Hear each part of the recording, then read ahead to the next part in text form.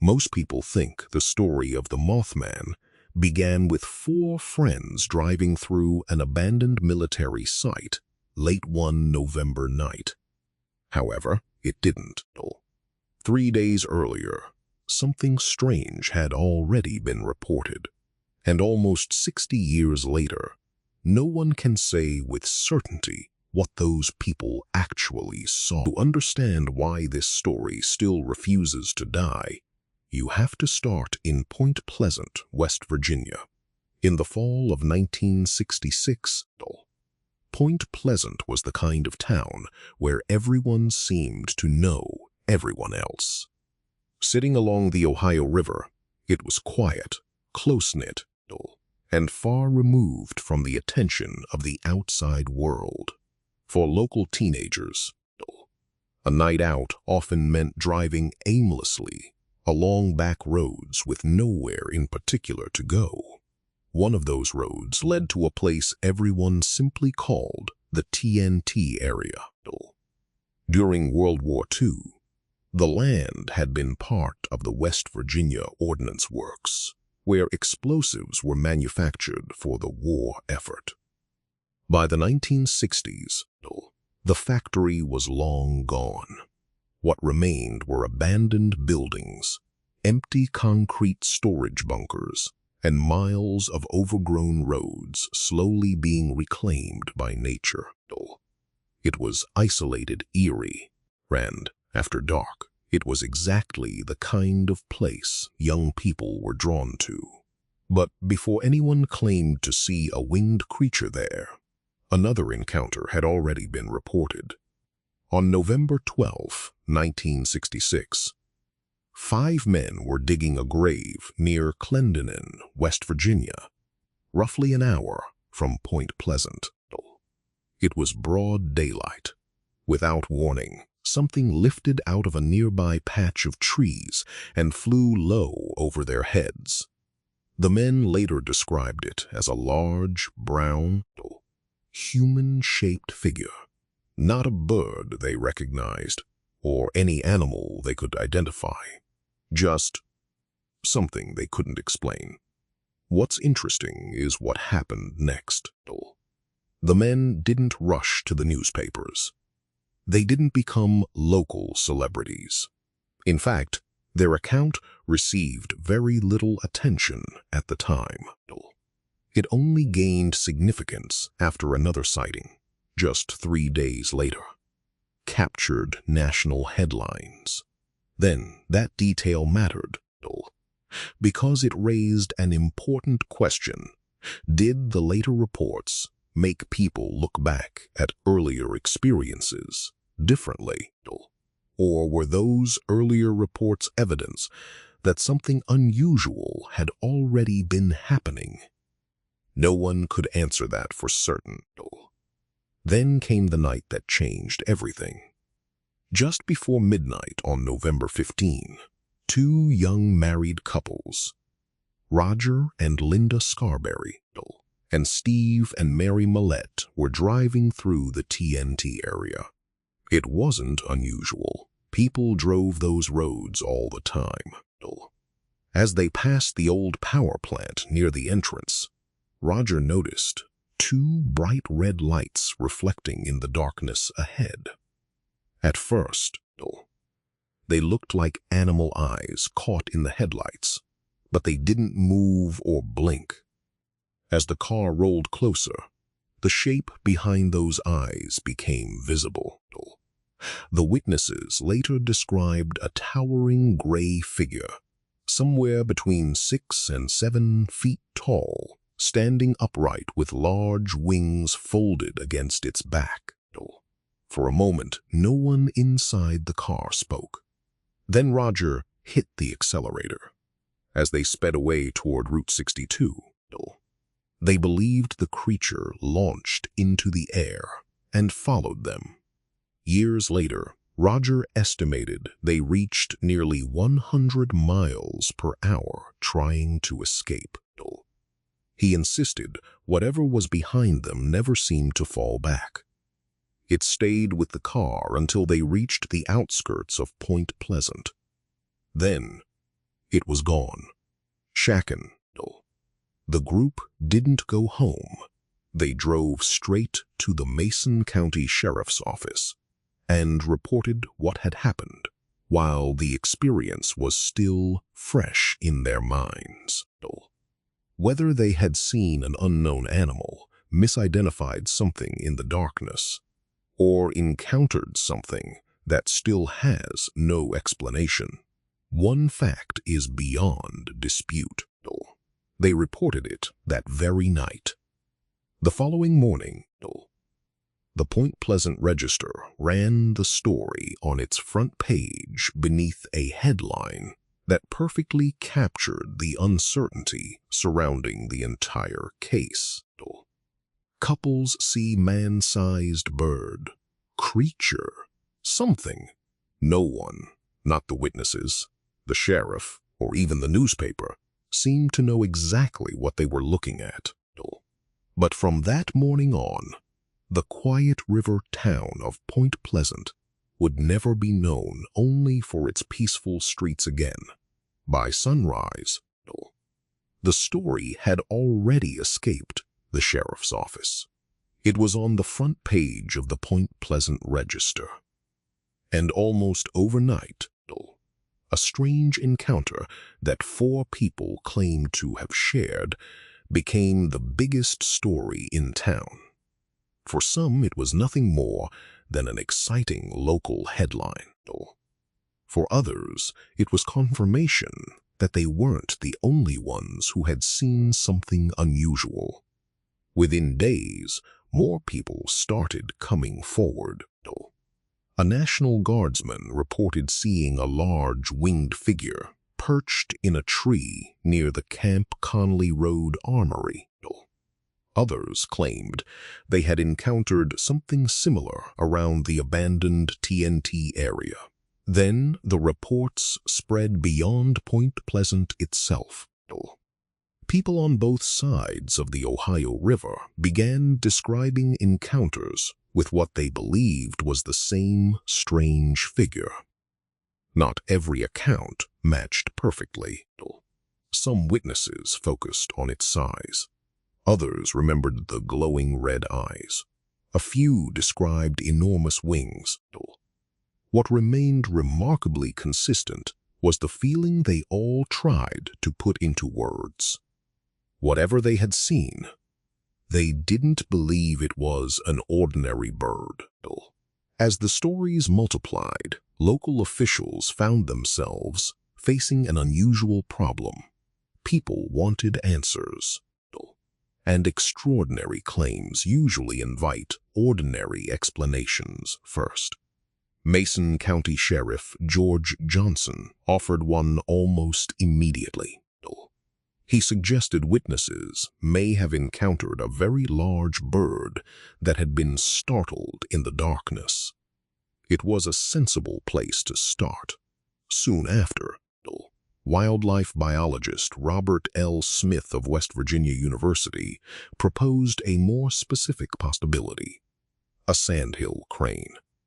At first glance, the idea seemed surprisingly reasonable. Sandhill cranes are among North America's largest birds. They stand several feet tall, have wingspans that can reach nearly 7 feet, and feature distinctive reddish markings around their eyes. Seen unexpectedly at night, illuminated only by car headlights, it's not difficult to imagine how someone could mistake one for something much stranger. It's still one of the most widely accepted natural explanations for the sightings. And to be fair, it does account for part of what the witnesses described. But not all of it. The people in Roger Scarberry's car didn't simply describe seeing a large bird. They believed whatever they encountered pursued them for miles. Years later, when researchers revisited the witnesses, they didn't back away from their original accounts. If anything, They became even more certain that what they had seen wasn't a crane or any bird they recognized. Eyewitness testimony, especially during frightening events, can be sincere without being completely accurate. Memory can sharpen certain details over time while changing others. That's one reason investigators and researchers have continued debating this case for decades. The crane theory explains some pieces of the puzzle. The witnesses insisted it doesn't explain the rest. And that's really where the mystery begins. Because from this point forward, the story was no longer about one frightening night in the TNT area. It had become something much bigger. A growing number of people believed Point Pleasant was experiencing something no one could explain. Whether that something was an unusually large bird, a series of honest misidentifications, or something far stranger, depended entirely on who you asked. And before long, one local journalist would begin documenting those reports in a way that preserved them, long after the headlines had faded. That journalist was Mary Hyre. Hyre wasn't a paranormal investigator or someone chasing sensational stories. She was a respected local reporter whose job was to cover what was happening in Point Pleasant. And during the winter of 1966, stories of more sightings kept coming back to her desk. Week after week, people continued reporting encounters with a large winged figure around the TNT area and nearby communities.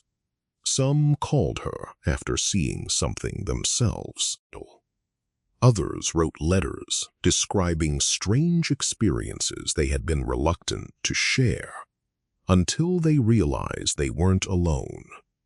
In her newspaper column, Where the Waters Mingle, Hyre documented those reports as they came in. She wasn't trying to convince anyone that a monster existed or debunk the stories either.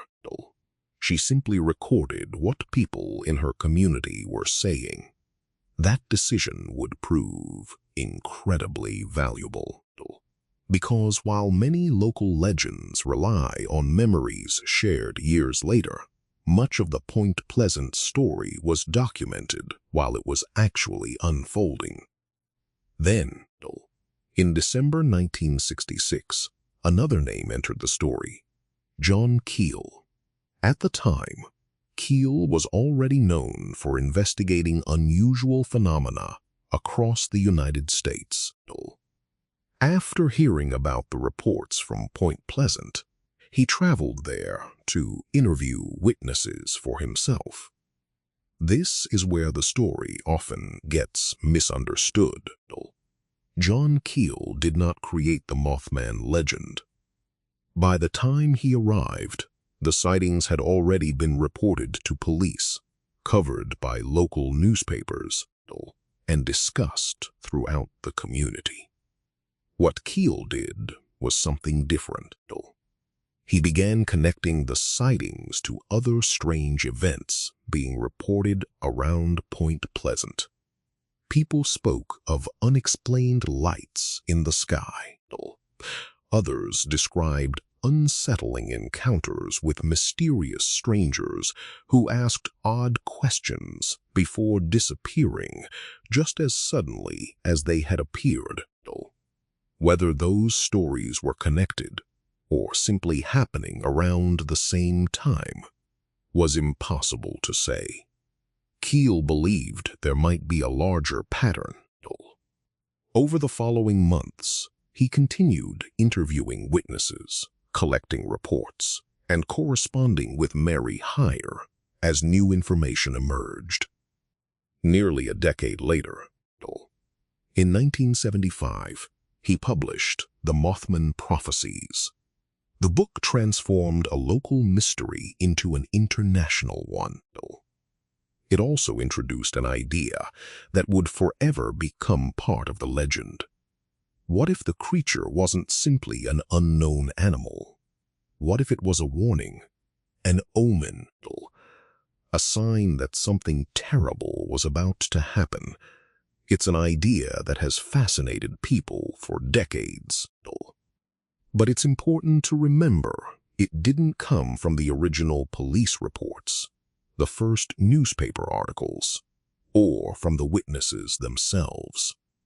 The idea emerged later, as writers and researchers tried to make sense of a series of strange events that even today resist easy explanation. And by then, Point Pleasant had become known for far more than an abandoned military site or a mysterious creature seen on dark country roads. The town had become the center of one of America's most enduring unexplained mysteries. And within a year, a real tragedy would forever tie the name Mothman to Point Pleasant in the minds of millions. That tragedy came on December 15th, 1967. It was a Friday. The holiday shopping season was in full swing, and traffic was moving steadily across the Silver Bridge, which connected Point Pleasant, West Virginia, to Gallipolis, Ohio. At 4:58 that afternoon, without warning, the bridge collapsed. 37 vehicles were on the span when it failed. 31 plunged into the icy Ohio River below. 46 people lost their lives.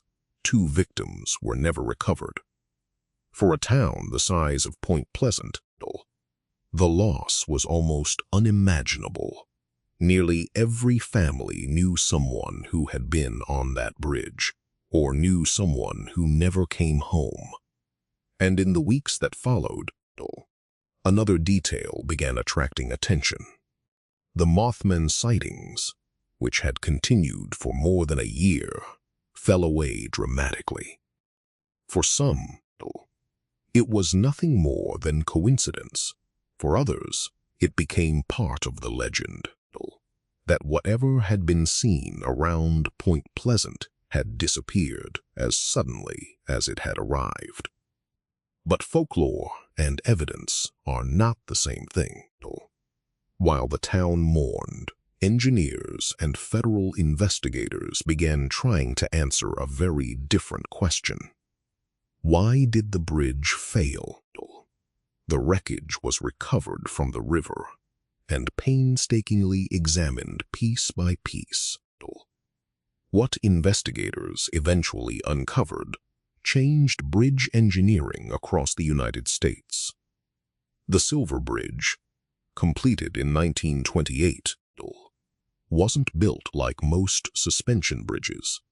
Instead of thousands of woven steel cables sharing the load, it relied on massive steel eyebars connected end to end.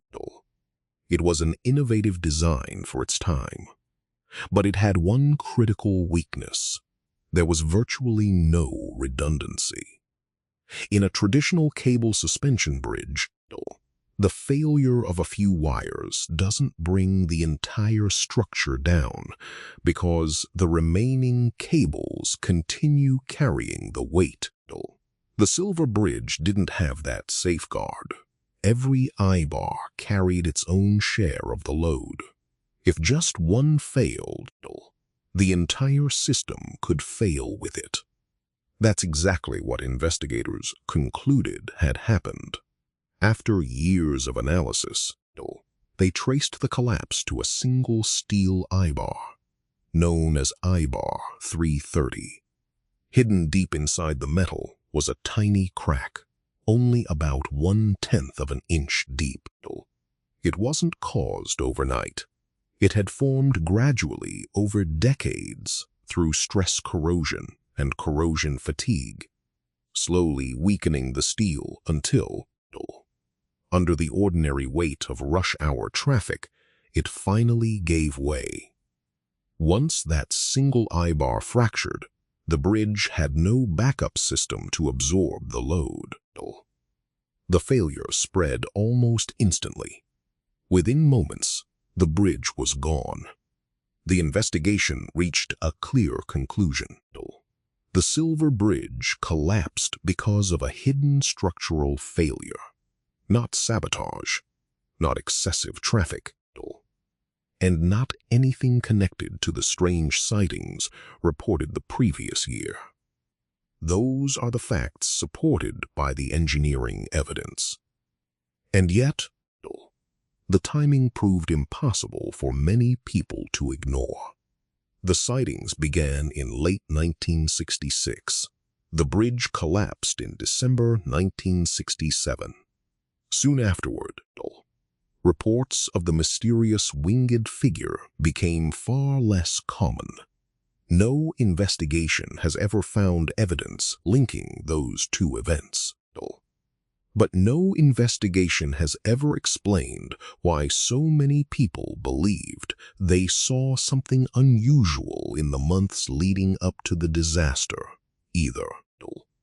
That's why the story has endured for nearly 6 decades. One part of it is firmly grounded in engineering, physics, and documented evidence. The other remains suspended in eyewitness testimony, unanswered questions, and a mystery that refuses to fade. And that's exactly where the investigation becomes even more interesting. Because once you separate the legend from the facts, you're left with one final question. What can we actually say happened? After separating the legend from the evidence, here's where the case stands.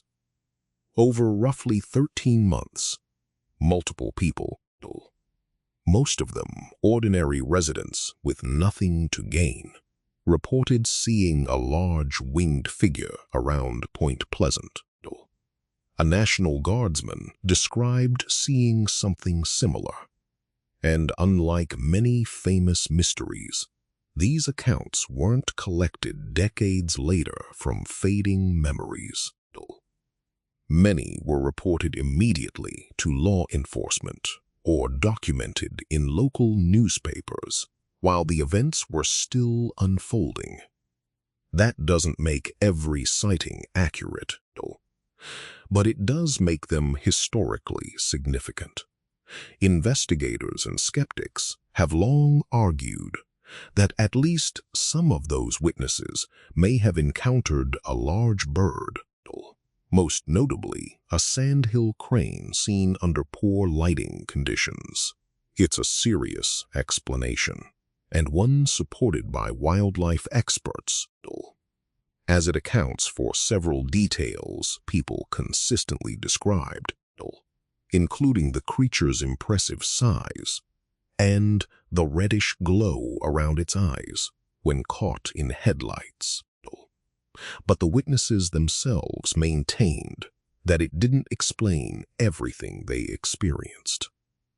To this day, there is no physical evidence proving an unknown creature ever existed. No verified photographs, no feathers, footprints, DNA, or remains. Nothing that can be examined in a laboratory. What exists is eyewitness testimony, recorded remarkably well for a story of this kind. Then there's the Silver Bridge.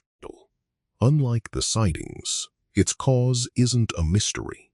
Years of engineering analysis traced the collapse to a hidden defect inside a single steel eye-bar, exposing a weakness in the bridge's design and changing how suspension bridges would be inspected in the years that followed.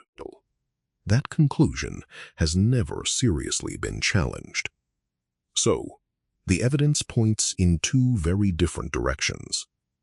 One story is supported by engineering, documented investigations, and measurable facts.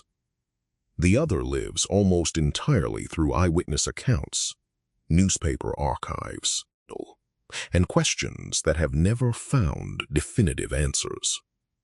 Maybe those two stories are completely unrelated, and the timing is nothing more than coincidence.